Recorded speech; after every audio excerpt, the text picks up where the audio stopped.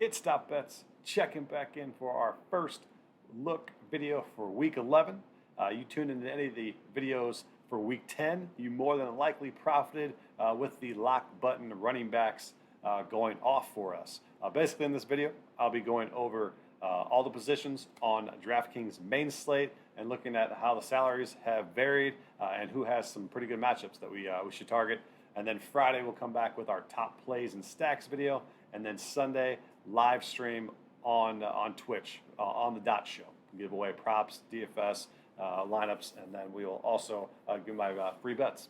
So before we get going, hit that like button, hit that subscribe button, and leave a comment below if you guys cashed with me last week. Go check up on our guys at Occupy Fantasy, one of the best lineup optimizers in the game. I use them thoroughly throughout my entire process. And then also the guys over at matchbets.com. Use code DB100. You get a 100% sign-up bonus. That's head-to-head wagering, and you get less juice. So really, really interesting concept there. Go check out my guys at MatchBets. But without further ado, let's go.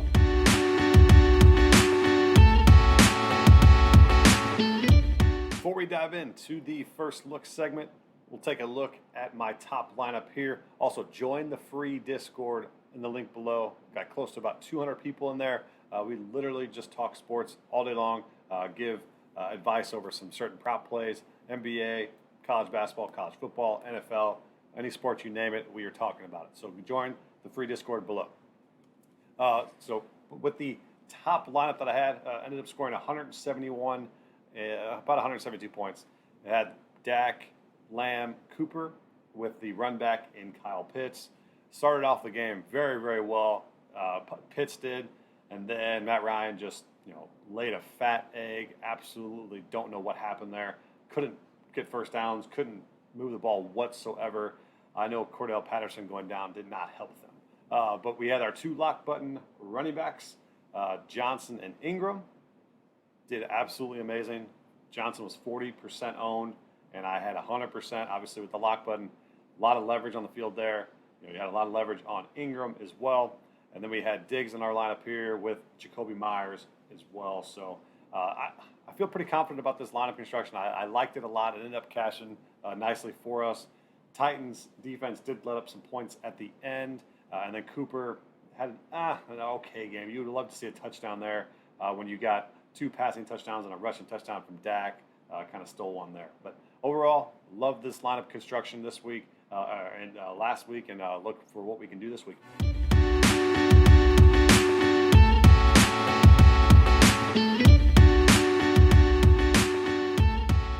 All right, so let's dive in with the quarterback position. So a clear game that we are going to target this week, I already just know it, is going to be Dallas and KC at Arrowhead, depending on the weather. I haven't looked at that or anything like that yet. Just the matchup in general is perfect. If you guys watched the Chiefs play on, was it Monday Night Football? Yeah, Monday Night Football. They are back, and it's nice to see. They were moving the ball very, very well. Tyreek even came out at the end of the game and said they could have scored 60 if they wanted to. So that's good to see. And then Dak and the Cowboys have been putting up points left and right. So that's number one game we will probably target.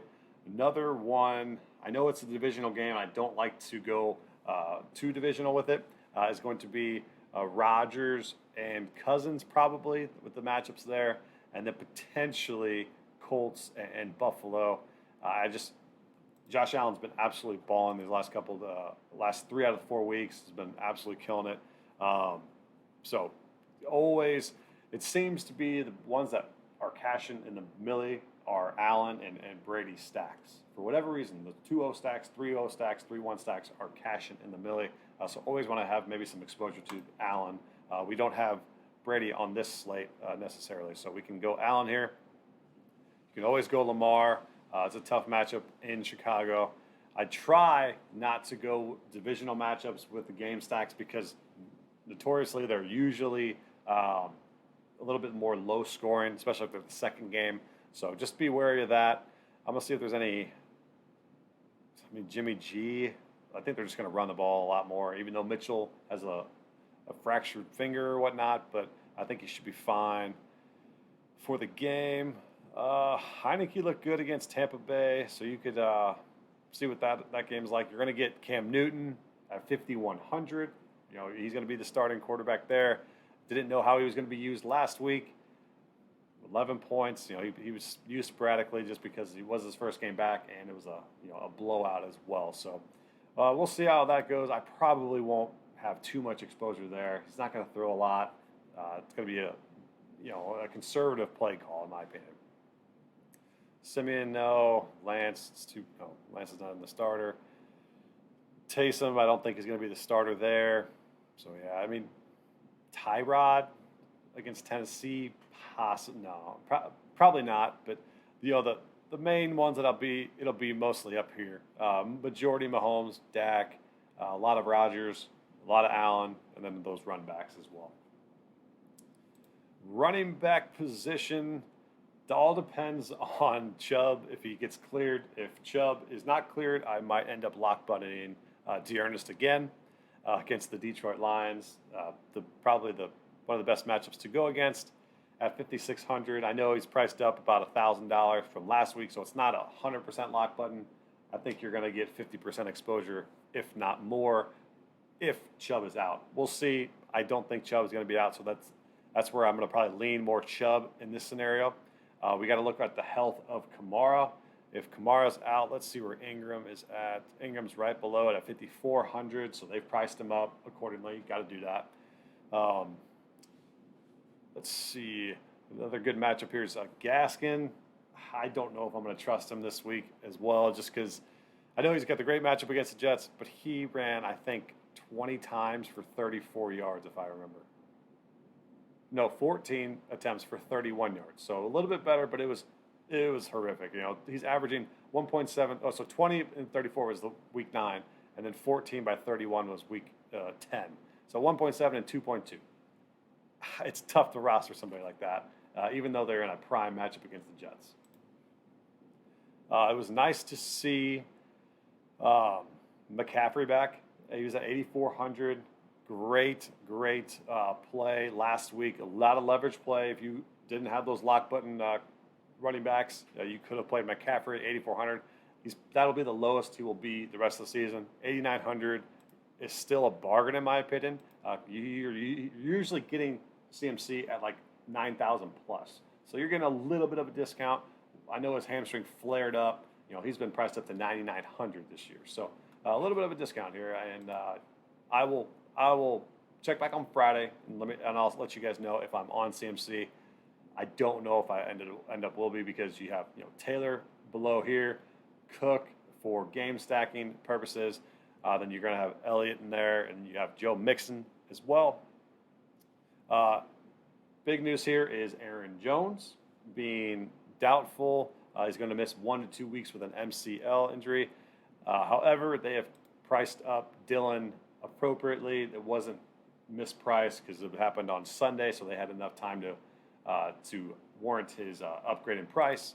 And you're not going to get a discount. If you had him at 4,800 last week, that was a phenomenal play. You probably did not roster him very much, but now he's priced up to 6,200. I still think it's a very good play, especially in that game stack. 6,200 for a bell cow running back that gets passing and rushing. So if you want to look back one more time and see, he had 2 targets, but he had 4 targets the week before, and this will be the full game. So 17-0, not the greatest game script in the world. So I like Dylan a lot this week. It's a no-brainer. Right below him, Connor. Edmonds is going to be out one more time. There are a lot of mid-priced running backs that I think could get there. You got Michael Carter, Gibson coming back. Nice strong week last week. But no, Carter is very intriguing here because he gets a lot of run in the pass game. Let's see if we got any other value ones. Ingram, remember, look at the health there. CEH, if he comes back, he's supposed to be activated this week. We'll see how much run he has. And then we also have Jeff Wilson. Depending on Mitchell's health, you could get a nice value play in 5,100 with Jeff Wilson. This would clearly be his backfield, I believe. And then The one below it, so Sanders is eligible to come back. I don't believe he's going to be 100%, taking over that backfield the way Boston Scott and Jordan Howard have ran. But, $55,000 isn't terrible, but I probably won't have too much exposure to him. And anything down here, maybe Pollard a little bit because of the game stacks. You'll have a little bit of run with Pollard. Bell got cut today. Nothing crazy down here. So mid-priced running back strategy probably once again is initiated this week. Then you have the high-priced wide receivers again, especially in those game stacks. Adams, Hill, Jefferson. Then you got CeeDee, and then Cooper. So you have a ton of expensive wide receivers that are available to play here. What's nice is that we don't have a Cooper Cup on this slate. So get rid of Cooper, and it gets even playing field a little bit. But DEEBO, if you watch that game, the guy's incredible. He has a shin bruise, so just look out for that. I don't think it'll be much, but $7,800 didn't get $400 raise. Nothing crazy there. I like a lot of DEEBO this week. Marquise Brown's got a good matchup against the Bears secondary. Devonta Smith absolutely came out to play these last 2 weeks. Not that many targets, but he's been very, very efficient. So they've targeted him on some deep balls. They finally have hit. 1 touchdown the week before, now 2 last week, and 25 and 22 fantasy points respective.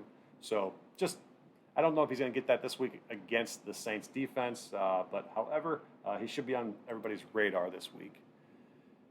Pittman probably won't be on too much of my radar with the Buffalo's defense being very, very good against the pass. Cooks could be in play here against the Tennessee Titans. He gets peppered with targets, 14 targets the week before. They had a bye week last week. So sometimes those guys off those bye weeks get a little bit less ownership because people, they don't see them the week before. They kind of forget about them. But 13, 7, 6, and 14. So looking at Brandin this week, you got DJ Moore in a good matchup, Waddle, Marvin Jones, Corey Davis. I don't know if he did much last week. I think he had a loss, but seven targets, 93 yards. Ever since he's been in, he gets about 7 to 10 targets a game. So viable option at $5,000, pretty good. I'm going to probably have but a good mixture of Carter and Davis. I think those two are the better ones out of the Jets offense to have rostered for pretty cheap in your lineup. Elijah Moore is another option for the Jets, but I probably favor the other two. Let's see if we've got any other value plays. I know this guy's probably X'd out on a bunch of radars. He finally caught a touchdown this last week, 6 targets. Look for Newton and him to get after it together. So could be on somebody's radar. I don't know how much I'm going to have of him. Bateman's pretty cheap at $4,500. Let's see about any other cheap wide receivers down here.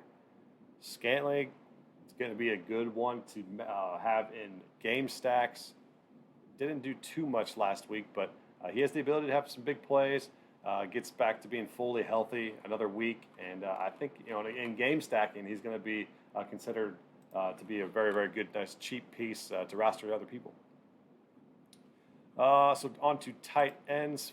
Finally, we have Kelsey, Kittle, and Waller. Andrew, some loaded tight end slate here. If you watched Monday night, you have George Kittle is fully back, and he is priced up accordingly, $6,300. He was as low as $5,200 in Week 9, so has quickly gotten his salary increased. So I like that matchup still with the Jags. You got Kelsey coming into form will be in a bunch of game stacks. He said he has a swagger back, so just tune in for that. We'll see how that goes. But we got Schultz down here for another game stack purposes. Hockenson laid a big donut in Week 10. 1 target, 0 points. I liked him a lot last week. Didn't have too much rostered him because I like Dan Arnold a little bit more, a lot cheaper. And Dan Arnold, speaking of him, is now priced up to 4,100. He has, I think it went up $600. It was 30, yeah. So he went from 2,800 as soon as he got to Jacksonville. Now he's all the way up to 4,100. So he's gotten a lot of salary boost there, but he's gotten 10, 7, and 7 targets. So rightfully so. I like to keep going to Dan. I know it's a tough matchup with the 49ers defense. Conklin got a couple touchdowns on 3 targets. Kind of screwed a lot of my Minnesota stacks last week. Didn't have too much of him. Anybody down here that's worth? Swam, nothing crazy. Pruitt, no. Yeah, that probably going to be targeting a lot of the Dan Arnold, maybe a little Gesicki, but majority is going to be in Kittle, Waller, Andrews, maybe a little bit of Kelsey in the game stacks. So nothing crazy that pops out. You could get a cheap Dawson Knox coming back in his second week. You know, he only had 1 target. He did have a red zone target though. Didn't get there. However, you know, you're going to get the cheapest he's going to be is $4,000. So you're going to get a little discount here if you like Knox to have a breakout game after his broken finger. So yeah, that's first look. Just looking at particularly some matchups that we'll attack. In the comments below, let me know who you guys like this week and who you guys are targeting. Then we'll be back Friday with the top plays and stacks videos. So hit that like button if you guys enjoyed what you saw. Join the free Discord. I appreciate you guys tuning in.